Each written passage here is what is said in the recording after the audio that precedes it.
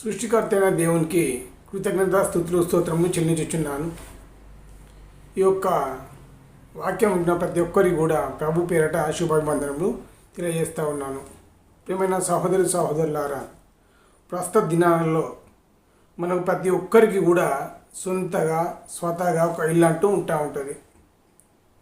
ఆ ఇంటిలో మనము 4 దర్వాజాలు, 4 కిటికీలు మ్యాక్సిమం ఉంటాయి. మనము మన యొక్క సంఘాలలో, చర్చిలలో సైడ్లకు మనకు దేవుని యొక్క వాక్యాలు కనబడుతూ ఉంటాయి. కానీ మన మన గృహంలో ప్రాముఖ్యంగా ఒక 10 వాక్యాలు మనకు కనబడుతూ ఉండాలి. అందులో మనం తెలుసుకుందాము క్రైస్తవ గృహంలో ఉండవలసిన 10 ప్రాముఖ్యమైన వాక్యాలు. ఈరోజు ఒక 5, రేపటి వీడియోలో ఇంకొక 5 అయితే చెప్పడం జరుగుతూ ఉంటుంది. ప్రతి ఒక్కరము కూడా అవి ఎందుకు నిమిత్తం అంటే, క్రైస్తవులుగా ఉన్న మనము దేవుణ్ణి మహిమపరిచేందుకు, దేవుణ్ణి ఘనపరిచేందుకు, దేవునితో మనం సహవాసం చేసేందుకు, మన విశ్వాసంలో మనము పడిపోకుండా ఉండేందుకు, దేవుని యొక్క కృప ఆశీర్వాదాలు మనం పొందుకునేందుకు అవి ఉపయోగపడుతూ ఉంటాయి. కాబట్టి ఈ వాక్యాలు మీ యొక్క దర్వాజల మీద, మీ యొక్క కిటికీల మీద, మీ ఇంట్లో కబోర్డ్స్ మీద, మరీ ముఖ్యంగా టీవీ, ఈ దినాలలో ప్రతి ఇంట్లో కూడా టీవీకి పెద్ద డెకరేషన్తో ఒక కబోర్డ్ అయితే కడతా ఉంటారు. దాని మీద కూడా మీరు ఆ ఒక వాక్యాన్ని రాస్తూ ఉండాలి. కిచెన్లో కూడా, కిచెన్ దర్వాజా మీద కావచ్చు, లేకపోతే కిచెన్ లోపల కిటికీ ఉంటుంది, ఆ కిటికీల మీద ఈ యొక్క వాక్యాలను అయితే రాస్తూ ఉండాలి. ప్రాముఖ్యంగా నేనైతే ఒక 10 అంశాలు, 10 వాక్యాలు అయితే నేనైతే పాయింట్అవుట్ చేసి పెట్టుకున్నా. అందులో ఒక 5 ఈరోజు మీకు వివరిస్తాను. చిన్నగా కొద్ది టైంలో మనం చెప్పడం జరుగుతూ ఉంటుంది. కాబట్టి ప్రియమైన సహోదరులారా, గమనించండి. ఈ యొక్క వాక్యాలను మీ యొక్క గృహాలలో మీరు రాసుకొని, మీరు మీ పిల్లలు దేవునిలో దినదినము బలపడుతూ భక్తి విశ్వాసంతో దేవుని యొక్క దీవెన పొందుకోవాలని మనస్ఫూర్తిగా నేను దేవుని ప్రార్థిస్తూ ఉంటాను. ఇక్కడ చూడండి, ఇక్కడ మనము మొదటగా మీ ఇంటి లోపల పెద్ద దర్వాజా ఉంటుంది. దాన్ని మీద రాసుకునేందుకు మొదటి వాక్యంగా ద్వితీయోపదేశ కాండము 31వ అధ్యాయము 6వ వచనము. ఇంటి ముందు మనకు పెద్ద దర్వాజా లోపల పక్క ద్వితీయోపదేశ కాండము 31వ అధ్యాయము 6వ వచనం మనం చూసినట్లయితే కనబడుతూ ఉంటుంది మనకు. అక్కడ భయపడకుడి, వారిని చూచి దిగులు పడకుడి, నీతో కూడా వచ్చువాడు నీ దేవుడైన యెహోవాయే, ఆయన నిన్ను విడువడు, నిన్ను ఎడబాయడు. మనము మన ఇంటి లోపల నుండి ఏదైనా పని నిమిత్తం బయటికి వెళ్తూ ఉంటాము. ఆ గుమ్మం దాటి బయటికి వెళ్ళినప్పుడు ఈ యొక్క వాక్యం మనము చదువుకొని వెళ్తూ ఉండాలి. ప్రమాదాలు జరుగుతూ ఉంటాయి, ఆపదలు వస్తూ ఉంటాయి, అనుకోని సందర్భాలలో మనం చుట్టుపడిపోయే అవకాశం ఉంటుంది. కాబట్టి ఈ వాక్యం ఏం చెప్తా ఉందంటే చూడండి, ఇక్కడ నీతో కూడా వచ్చువాడు నీ దేవుడైన యెహోవాయే.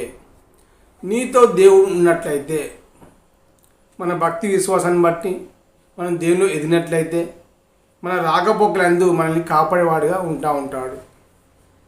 అదే వాక్యం మనకు కింద పడుతూ ఉంటుంది చూడండి. ఇంకా అక్కడ నిన్ను విడువను, నిన్ను ఎడబాయను అంటే ప్రతి సమయం అందు కూడా దేవుని యొక్క కృప, ఆయన యొక్క ప్రేమ, ఆయన యొక్క ఆదరణ, ఆయన యొక్క కనుదృష్టి మన మీద ఉంటుందని చెప్పి ఒక వాక్యము సెలవిస్తూ ఉన్నది.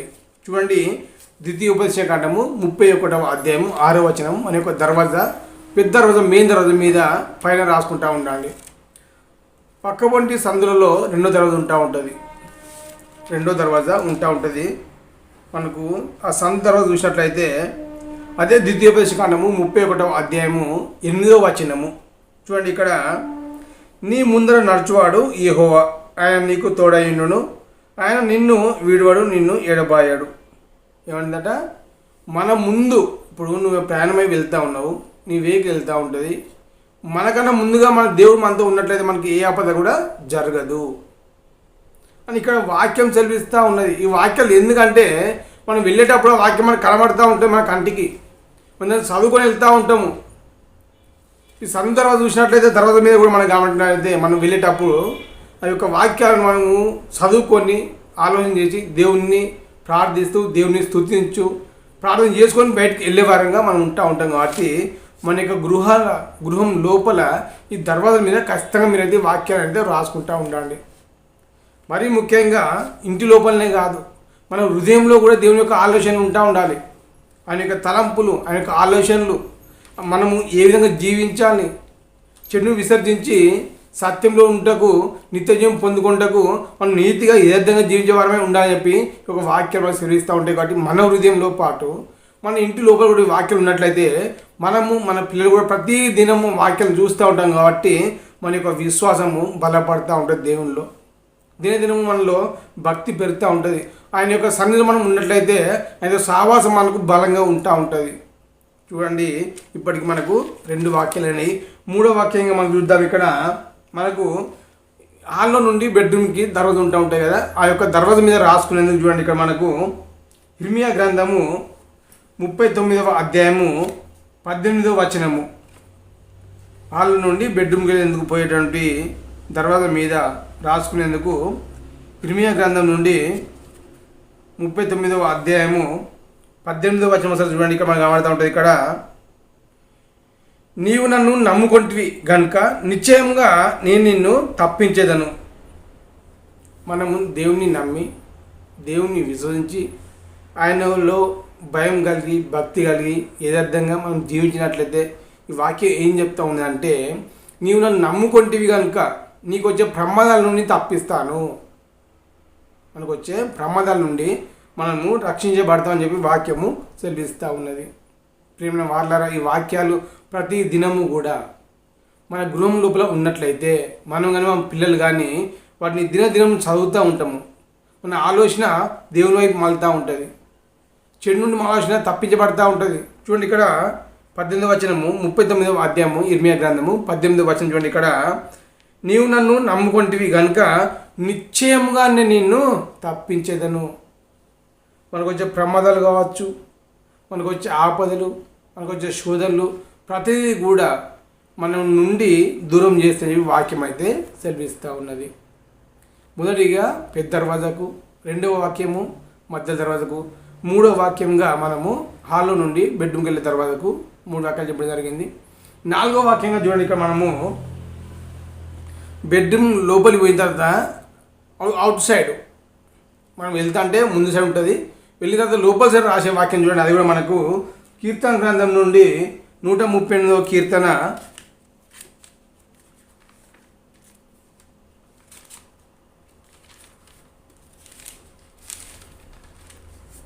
138వ కీర్తన 8వ వచనము. ఇది బెడ్రూమ్ లోపల దర్వాజా మీద 138వ కీర్తన 8వ వచనము చూడండి. ఇక్కడ యెహోవా నా పక్షాన కార్యము సఫలం చేయును, యెహోవా నీ కృప నిరంతరముండును, నీ చేతి కార్యములను విడిచిపెట్టకము. మనం బెడ్రూమ్లో మనం ప్రార్థన చేస్తూ ఉంటాము. వ్యక్తిగత ప్రార్థన కావచ్చు, గృహ ప్రార్థన కావచ్చు. మనం ఇంట్లో చేసినప్పుడు దేవుణ్ణి మనం చూస్తూ ఉంటాం, ఆయన కందృష్టి మన మీద ఉంటాయి. కాబట్టి మన పక్షాన మనం చేయవలసిన పనులు దేవుడే మనకు చేస్తామని చెప్పి వాక్యం అయితే సెలవిస్తూ ఉంది. చూడండి, ఇక్కడ యెహోవా నా పక్షం నా కార్యము సఫలం చేయును. మనం దేవుణ్ణి ప్రార్థిస్తూ ఉంటాం. ప్రతి విషయంలో కూడా ఏమైనా పని చేసినప్పుడు కావచ్చు, ఏమైనా ఆపద వచ్చినప్పుడు కావచ్చు, పిల్లల చదువు విషయం కావచ్చు, మన కొత్త వ్యాపారాలు చేసినప్పుడు కావచ్చు, లేక గృహాలు కట్టినప్పుడు కావచ్చు, మనము దేవుని దృష్టిలో ప్రార్థిస్తూ ఉంటాం, కనిపెడతా ఉంటాం. అలాంటి సమయంలో ఈ వాక్యం మనకి ధైర్యాన్ని ఇస్తూ ఉంటుంది. ఈ వాక్యం ద్వారా మనం బలపడతా ఉంటాం. కాబట్టి గమనించండి. 4వ వాక్యంగా దీన్ని రాసుకోండి. 5వ వాక్యం చూడండి. ఇక్కడ మనకు ఇది ప్రాముఖ్యమైన వాక్యం. బయట సెల్ఫ్లు ఉంటా ఉంటాయి. ఈ సెల్ఫ్లు అక్కడ మనము ప్రాముఖ్యంగా మరీ ముఖ్యంగా హాల్లో టీవీ కబోర్డ్ మీద రాసుకునే వాక్యం ఇది. టీవీ కబోర్డ్ మీద రాసుకునే వాక్యం చూడండి. ఇక్కడ కీర్తన గ్రంథం నుండి 119వ కీర్తన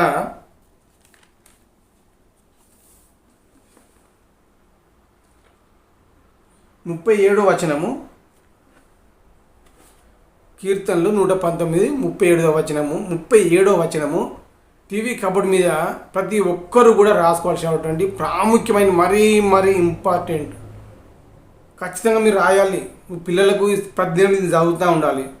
ఈ దినంలో అత్యధికంగా మొబైల్స్ వస్తూ ఉన్నాయి. మొబైల్లో నిత్యం మన చేతుల్లో వీళ్ళు నిత్యం చర్చ చేస్తూ ఉంటారు, చూస్తూ ఉంటారు.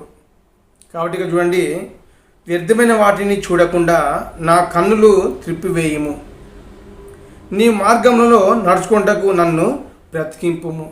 మన యొక్క జీవితం మన కోసం కాదంట. వ్యర్థమైన వాటిని చూడకుండా, మన కళ్ళతో మనం పాపం చేయకుండా ఏం చేయాలంట? నా మనసును త్రిప్పివేయము, కళ్ళను త్రిప్పివేయము. వ్యర్థమైన వాటిని చూడకుండా నా కళ్ళను త్రిప్పివేయము, నీ మార్గంలో నడుచుకుంటకు నన్ను బ్రతికింపుము. ప్రియమైన వాళ్ళని గమనించండి, ఇలాంటి వాక్యాలు మన గృహంలో ఉన్నట్లయితే ప్రతి నిత్యం కూడా వాటిని మనం చూసినప్పుడు మనలో మార్పు వస్తూ ఉంటుంది. చెడు చేయకూడదు ఒక ఆశ ఉంటా ఉంటుంది. స్పష్టంగా ఉంటుంది. వ్యర్థమైన వాటిని టీవీలో మనం చూసేది అనేకం కూడా వ్యర్థమైన వాటి ఉంటా ఉంటాయి. మొబైల్లో కూడా మనం నిత్యం గంటల కొద్దీ మొబైల్ చూస్తూ ఉంటాము, అది కూడా మనకు వ్యర్థమైనదిగా ఉంటా ఉంటుంది. ఆ వ్యర్థమైన చూసినప్పుడు మనము విశ్వాసం కోల్పోతూ ఉంటాము, భక్తిని కోల్పోతూ ఉంటాము.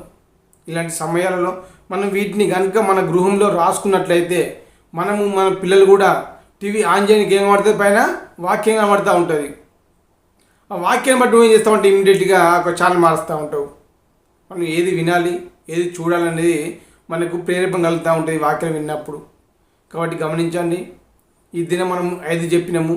మొదటిగా దర్వాజల మీద ద్వితీయోపదేశకాండము 31వ అధ్యాయము 6వ వచనము పెద్ద దర్వాజకు. అదే ద్వితీయోపదేశకాండము 31వ అధ్యాయము 8వ వచనము సందు దర్వాజకు. మూడవదిగా హాల్లో దర్వాజ మీద మనం చెప్పుకున్నాం. మూడవదిగా మనం ఏం చెప్పుకున్నాము? అక్కడ ఇర్మియా గ్రంథము 39వ అధ్యాయము 18వ వచనం చెప్పుకున్నాము. లోపల దర్వాజ లోపల కీర్తన గ్రంథము 138 నుండి 8వ వచనం చెప్పుకున్నాము.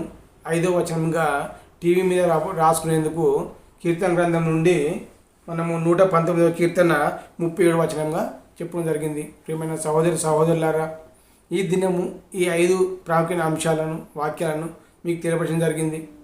రేపు మరొక వీడియోలో ఇంకొక 5 ప్రాముఖ్యమైన అంశాలను మీకు తెలియపరుస్తాను.